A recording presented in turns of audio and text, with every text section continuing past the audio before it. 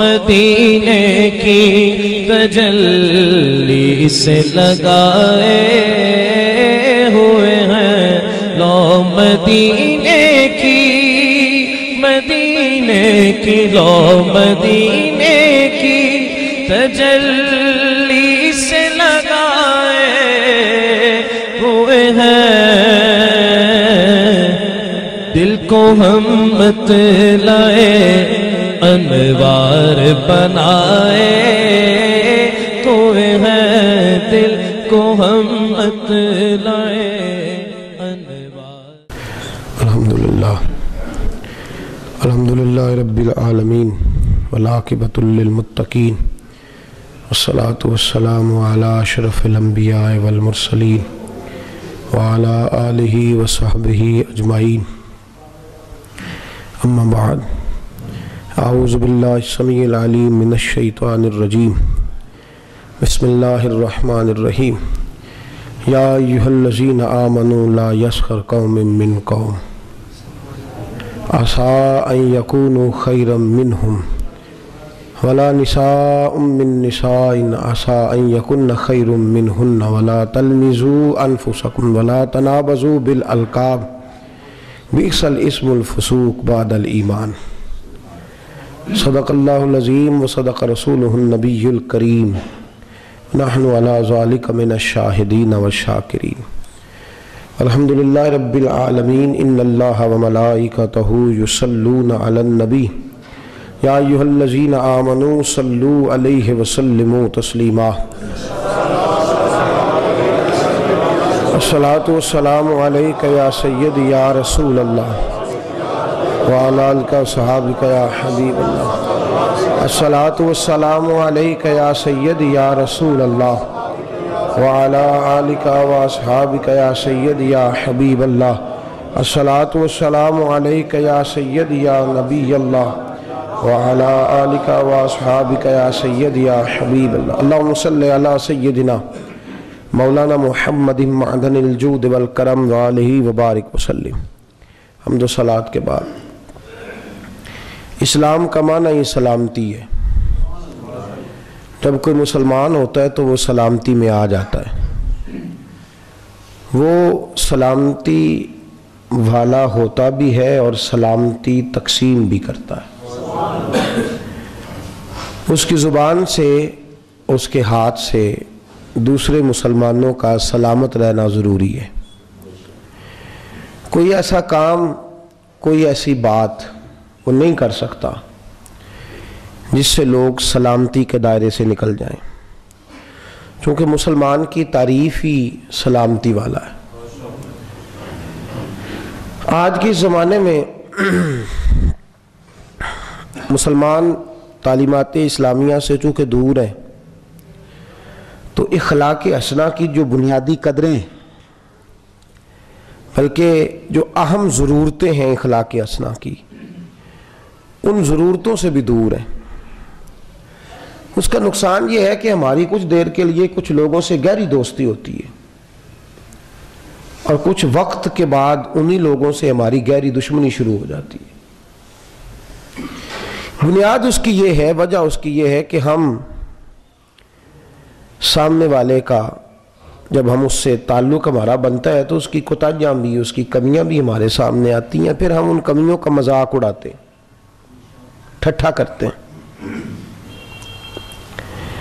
ایک ہوتا ہے مزاح کرنا، دل لگی کرنا، مسکرانا، وہ تو سنت ہے نا میری سرکار کی صلی اللہ علیہ وسلم۔ حضرت جریر ابن عبداللہ رضی اللہ تعالیٰ عنہ فرماتے ہیں، میں 10 سال خدمت عالی مرتبت میں حاضر ہوتا رہا ہوں، جب بھی گیا ہوں مصطفیٰ کریم کو مسکراتے ہی دیکھا ہے۔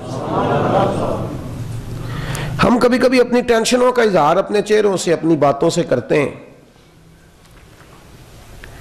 نبی کریم صلی اللہ علیہ وسلم پریشان ہوتے تھے تو اپنے رب کی بارگاہ میں عرض کرتے تھے، صحابہ کرام کے سامنے یا گھر والوں کے سامنے محبوب نے کبھی اظہار، ہماری تو ٹینشن بٹتی ہے، تقسیم ہوتی ہے، ہم تو پریشان ہوتے ہیں تو طوفان کھڑا ہوتا ہے، ہم اپنی پریشانیوں کا بوجھ بنا کر دوسروں کی گردنیں توڑ ڈالتے ہیں، کہ نبی کریم صلی اللہ تعالی علیہ وسلم کا اللہ کے ساتھ معاملہ یہ ہے کہ کافروں نے ستا رکھا ہے، وہ بدر میں تلواریں لے کے آئے ہوئے ہیں، حضور کو شہید کرنے کی معاذ اللہ وہ قسمیں کھا رہے ہیں، لیکن حضور جب صحابہ سے بات کر رہے ہیں تو مسکرا کے ہی کر رہے ہیں، چہروں پر مسکراہٹ ہے، دل لگی کرنا، مسکرانا یہ حضور کی سنت ہے، یہ نبی پاک کا طریقہ ہے، حضور دل لگی فرماتے تھے۔ ایک بوڑھی عورت نے آ کے عرض کی حضور دعا کر دے میں جنت میں جاؤں، تو حضور نے فرمایا نہ بھائی بوڑھیاں تو جنت میں جا ہی نہیں سکتی، تو بی بی رونے لگ گئی حضور میں جنت میں نہیں جا سکتی، تو حضور نے فرمایا بولی عورت روتی کیوں ہے، بوڑھی جنت میں نہیں جائے گی، جو بھی جائے گی جوان ہو کے جائے گی۔ تو یہ دل لگی ہے میرے نبی پاک کی صلی اللہ علیہ وسلم۔ ایک صحابی نے آ کے عرض کی حضور میں نے سفر پہ جانا ہے، عاریتن اونٹ چاہیے ادھار، میں واپس آؤں گا تو دے دوں گا، تو حضور نے فرمایا ابھی اسے اونٹ کا بچہ دے دو۔ وہ کہنے لگا یا رسول اللہ لمبا سفر ہے مجھے اونٹ دیں بڑا، فرمایا نہیں بھئی اسے اونٹ کا بچہ دو۔ یا رسول اللہ میں نے لمبے سفر پہ جانا ہے اور سواری کرنی ہے، کھیلنا نہیں، فرمایا نہیں بھئی ہم تو بچہ ہی دیں گے۔ وہ سادہ آدمی تھا تو پریشان ہو گیا، حضور نے فرمایا تو بڑا بولا ہے بھئی، جو بھی اونٹ ہے وہ کسی نہ کسی اونٹ کا بچہ ہی ہوتا ہے، تو میں نے تمہیں جو کہا ہے اونٹ کا بچہ دینا، یہ کیا ہے؟ یہ میرے نبی پاک کی محبت ہے، یہ حضور کی دل لگی ہے، یہ رسول کریم اب اس پر بات کروں تو بڑی روایتیں میرے ذہن میں آتی ہیں، لیکن موضوع کوئی اور ہے، ورنہ اس پر بات عرض کرتا۔ نبی پاک صلی اللہ علیہ وسلم نے محبت بانٹی ہے، محبت تقسیم فرمائی ہے۔